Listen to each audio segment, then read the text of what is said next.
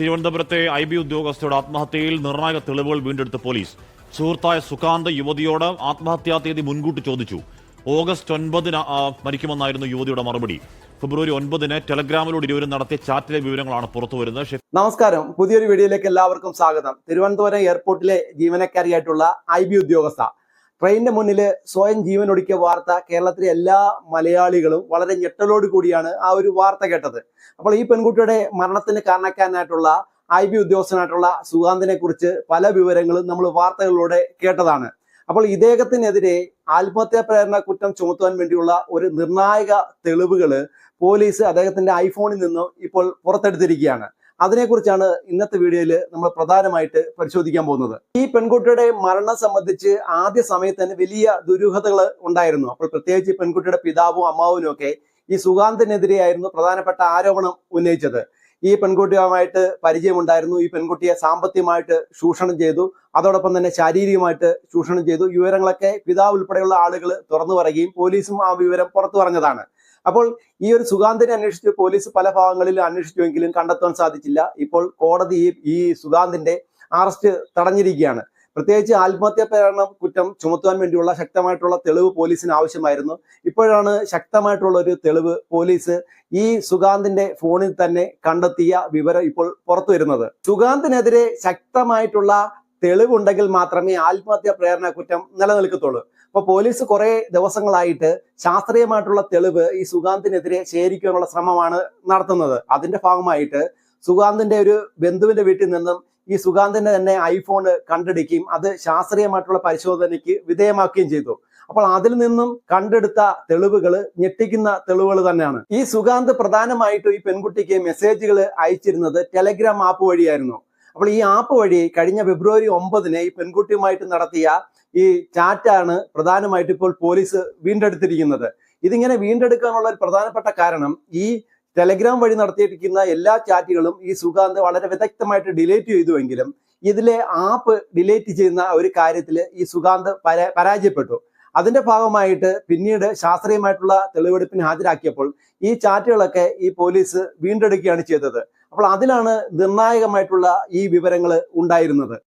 സുകാന്തിന്റെ iPhone police കോടതിയിൽ നിന്ന് ശേഖരിച്ച വിശദമായ ഫോറൻസിക് പരിശോധനയ്ക്ക് അയച്ചത്. അതിൽ ടെലഗ്രാമിൽ ഈ യുവതിയുമായി IB ഉദ്യോഗസ്ഥയുമായി സുകാന്ത് സ്വരാജ് നടത്തിയ ചാറ്റിന്റെ രൂപമാണ് പോലീസിന് ലഭിച്ചത്. ആ ചാറ്റ് ഡിലീറ്റ് ചെയ്തിരുന്നു. എന്നാൽ ടെലഗ്രാം അക്കൗണ്ടോ ടെലഗ്രാം ആപ്ലിക്കേഷനോ ഡിലീറ്റ് ചെയ്തില്ല. അതുകൊണ്ട് തന്നെ സ്വാഭാവികമായും പോലീസിന് ആ ചാറ്റ് റിക്കവർ ചെയ്യാൻ കഴിഞ്ഞു. ആ ചാറ്റിലാണ് ഈ ആത്മഹത്യാ പ്രേരണ, സുകാന്ത് IB ഉദ്യോഗസ്ഥയെ ആത്മഹത്യാ പ്രേരണയ്ക്ക് പ്രേരിപ്പിക്കുന്നതിനുള്ള വിവരങ്ങൾ, നിർണായകമായിട്ടുള്ള വിവരങ്ങൾ പോലീസിന് ലഭിച്ചിട്ടുള്ളത്. ആ ചാറ്റിന്റെ പൂർണ്ണ രൂപം ഹഷ്മി ഞാനൊന്ന് പറയാം. അതായത് സുകാന്തും IB ഉദ്യോഗസ്ഥയും തമ്മിലുള്ള ചാറ്റാണ്. സുകാന്ത് എനിക്ക് നിന്നെ വേണ്ട എന്ന് പറയുന്നു.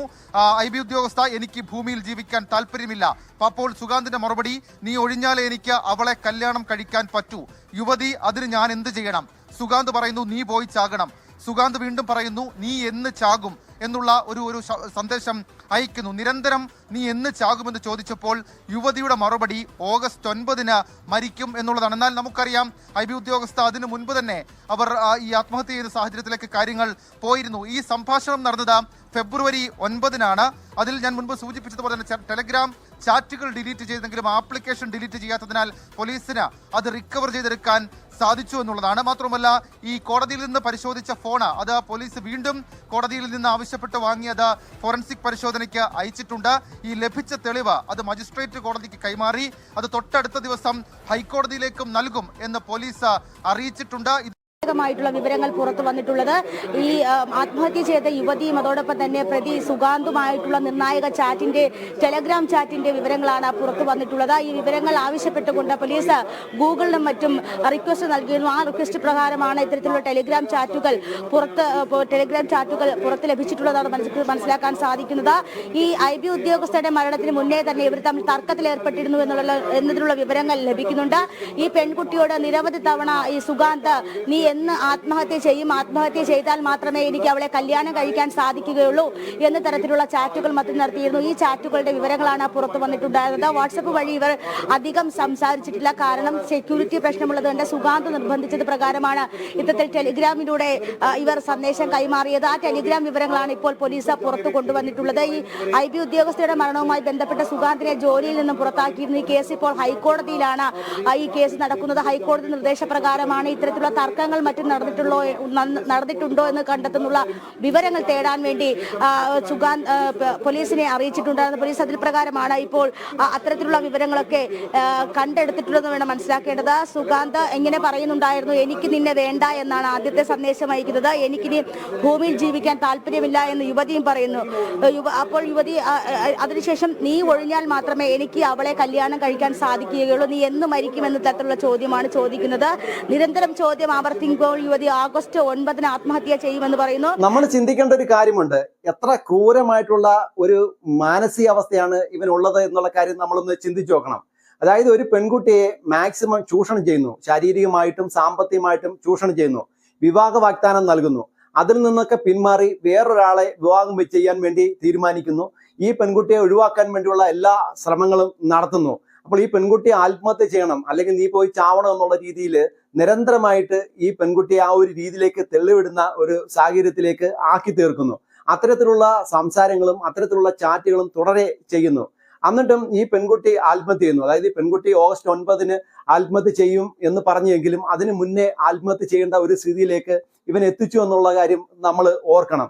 അപ്പോൾ എത്ര ക്രൂരമായിട്ടാണ് ഇവൻ ഈ പെൺകുട്ടിയുടെ അടുത്ത് പെരുമാറിയത് എന്നുള്ള കാര്യം നമ്മൾ മനസ്സിലാക്കണം. ഈ പെൺകുട്ടി 20-21 വയസ്സുള്ള ചെറിയൊരു പെൺകുട്ടിയായിരുന്നു. ഈ പെൺകുട്ടിയെ ഇവൻ സ്നേഹിച്ച് വലയ വീഴ്ത്തിയതിനു ശേഷം ഇത്രയ്ക്കധികം ചൂഷണം ചെയ്തതിനു ശേഷം ഇങ്ങനെ നിഷ്കരണം ഒഴിവാക്കിയത് ഇവിടെ മലയാളികളെ സംബന്ധിച്ച്, അല്ലെങ്കിൽ ഒരു മനുഷ്യന്റെ മനസാക്ഷി സംബന്ധിച്ച് അതൊരു കാരണവശാലും അംഗീകരിക്കാൻ പറ്റുന്ന ഒരു കാര്യമല്ല. ഈ പെൺകുട്ടിയുടെ മാതാപിതാക്കളെ സംബന്ധിച്ച് ഏക മകളാണ്, വേറെ മക്കള് ആരും തന്നെ ഇല്ല. അപ്പോൾ ഈ പെൺകുട്ടിയുടെ പിതാവും അമ്മാവനും ഒക്കെ ഈ പെൺകുട്ടിക്ക് നീതി ലഭിക്കുവാൻ വേണ്ടി ശക്തമായിട്ടുള്ള ഇടപെടലാണ് നടത്തിയത് എന്നുള്ള കാര്യം നമ്മൾ ആദ്യം മുതലേ ഈ വാർത്ത ശ്രദ്ധിക്കുന്ന ആളുകൾക്കെല്ലാം അറിയാവുന്ന കാര്യമാണ്. അപ്പോൾ ഈ പെൺകുട്ടിയെ ചൂഷണം ചെയ്തു, അല്ലെങ്കിൽ ഈ പെൺകുട്ടിയെ സാമ്പത്തികമായി ചൂഷണം ചെയ്തു എന്നുള്ള തെളിവുകളൊക്കെ ഇവർ തന്നെയാണ് ഹാജരാക്കിയത്. ഇവനെതിരെ ശക്തമായിട്ടുള്ള തെളിവുകൾ കൊണ്ടുവന്നതും ഇവർ തന്നെയാണ്. ഇപ്പോൾ പോലീസും ഇപ്പോൾ ഇടപെട്ട് ശക്തമായിട്ടുള്ള തെളിവുകൾ ഇപ്പോൾ മുന്നോട്ട് കൊണ്ടുവന്നിരിക്കുകയാണ്. ഇവനെതിരെ ആത്മഹത്യാ പ്രേരണ കുറ്റം നിലനിൽക്കും. അപ്പോൾ കോടതിയിൽ ചെന്ന് കഴിഞ്ഞാൽ കൃത്യമായിട്ടുള്ള ശിക്ഷ ലഭിക്കും. ഈ മാതാപിതാക്കളെ സംബന്ധിച്ച് അവരുടെ മകള് നഷ്ടപ്പെട്ടു, ആ മകൾക്ക് നീതി കിട്ടണം. അപ്പോൾ ഇത്തരത്തിലുള്ള നിഷ്ഠൂരമായിട്ട് പ്രവർത്തിക്കുന്ന ആളുകൾക്ക് ശിക്ഷ ലഭിക്കണം. ഇപ്പോൾ IB ഉദ്യോഗസ്ഥൻ എന്ന നിലയ്ക്ക് ഇദ്ദേഹത്തെ ആ ഒരു തസ്തികയിൽ നിന്നും ഇപ്പോൾ പുറത്താക്കിയ വാർത്തയൊക്കെ നമ്മൾ കേട്ടതാണ്. അപ്പോൾ ഇവൻ ഇപ്പോഴും ഒളിവിലാണ്. ഇപ്പോൾ കോടതി അറസ്റ്റ് തടഞ്ഞിട്ടുണ്ട് എങ്കിലും ഇവന് ഈ പെൺകുട്ടിക്കെതിരെ അനീതി കാണിച്ചിട്ടുണ്ട്, വളരെ മോശമായ രീതിയിൽ പെരുമാറിയിട്ടുണ്ട്. അപ്പോൾ തക്കതായിട്ടുള്ള ശിക്ഷ ലഭിക്കണം. അതാണ് എല്ലാവരുടെയും മനസ്സിലുള്ള ആഗ്രഹം. അങ്ങനെ ശിക്ഷ ലഭിച്ചെങ്കിൽ മാത്രമേ ഇത്തരത്തിലുള്ള സംഭവങ്ങൾ ആവർത്തിക്കാതിരിക്കുകയുള്ളൂ എന്നുള്ള കാര്യത്തിലും ഒരു സംശയവുമില്ല. നമ്മളൊന്ന് ആലോചിച്ച് നോക്കണം, ഒരു പെൺകുട്ടിയെ സ്നേഹിക്കുന്നു, വിവാഹ വാഗ്ദാനം നൽകുന്നു, അതിനുശേഷം വേറൊരാളെ വിവാഹം ചെയ്യാൻ ആഗ്രഹിക്കുന്നു, ഈ പെൺകുട്ടിയെ ഒഴിവാക്കുന്നു, എന്നിട്ട് നിരന്തരമായിട്ട് ചോദിക്കുകയാണ് നീ എന്ന് ചാകും എന്ന്. എന്നിട്ടും ഈ ഒരു പെൺകുട്ടി ഒരു ഡേറ്റ് പറയുന്നു, ആ ഡേറ്റിന് വേണ്ടി ഇവൻ കാത്തിരിക്കുന്നു, അതിന് മുന്നേ ചാവാൻ വേണ്ടി പ്രോത്സാഹിപ്പിക്കുന്നു. ഇത്തരം കാര്യങ്ങളൊക്കെ ഒരു മനുഷ്യനായിട്ട് ജനിച്ച ആളുകൾക്ക് ചെയ്യാൻ സാധിക്കുമോ എന്നുള്ളതിനെ കുറിച്ചാണ് ഞാൻ ചിന്തിക്കുന്നത്. നിങ്ങൾ എന്താണ് ചിന്തിക്കുന്നത്? അതായത് പ്രേക്ഷകരായിട്ടുള്ള നിങ്ങൾക്ക് ഇതൊക്കെ കേട്ടപ്പോൾ എന്താണ് തോന്നുന്നത്? നിങ്ങളുടെ ചിന്തയും നിങ്ങളുടെ അഭിപ്രായവും കമന്റ് ബോക്സിൽ രേഖപ്പെടുത്തൂ.